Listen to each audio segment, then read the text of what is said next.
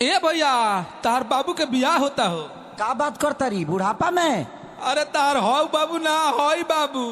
का बाबू बाबू बाबू ए बाबू आओ ना। अरे ई त हमर मजनुआ हो। अरे भाग जो ना त तहरा के मुआ दिहे सोन। ए बाबू बाबू बाबू आओ ना। हाँ बहुते प्यारी करी ले जानू देख ल सीना फाड़ के अबू ना तो मोर जाइब दो तहवे चियार के बाबू ना बहुते प्यारी करी ले जानू देख ल सीना फाड़ के आवो ना तो मोर जाइब दो तहवे चियार के। मेरी शादी में अड़चन लाओ ना। बाबू बाबू अरे का हो? भाई जी थोड़ा धीरे मारिए ना, अभी ताजा ताजा वैक्सीन लिए हैं, बहुत घाव लग रहा है। कुकुर ले खडाट के भगाओ ना। जाओ ना। ए बाबू बहरिया वो ना। अरे जाओ ना।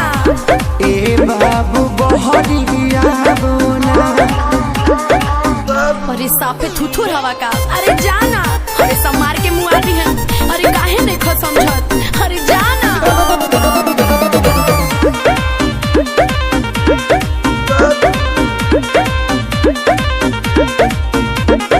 फेसबुक पर देखनी ह शादी के क्लिप के लव के ते धो दे हली गोबर से लिप के बाबू।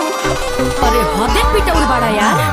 भाग भाग भाग ना ता भाई हमर धाके लौटी ये दिए बड़े खिसियाई ललूर हलो गड़ धके तोहके बनाइए दिए बुझे। देखो माथा मेरा गरम होना। हे बाबू आओ ना। बक भाई से अपना हूँ कवाओ ना। ए बाबू बहरिया वो ना। ए बाबू बहरिया वो ना। साफा समझाओ तो नहीं। अब की बार हाथ गोड़ कपार सब टूट जाए। अरे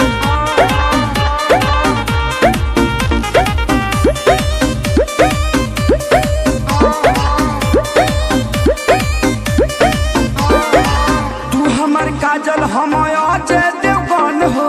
बानरिया सा दुल्हा कैसे कहिलू पसन हो।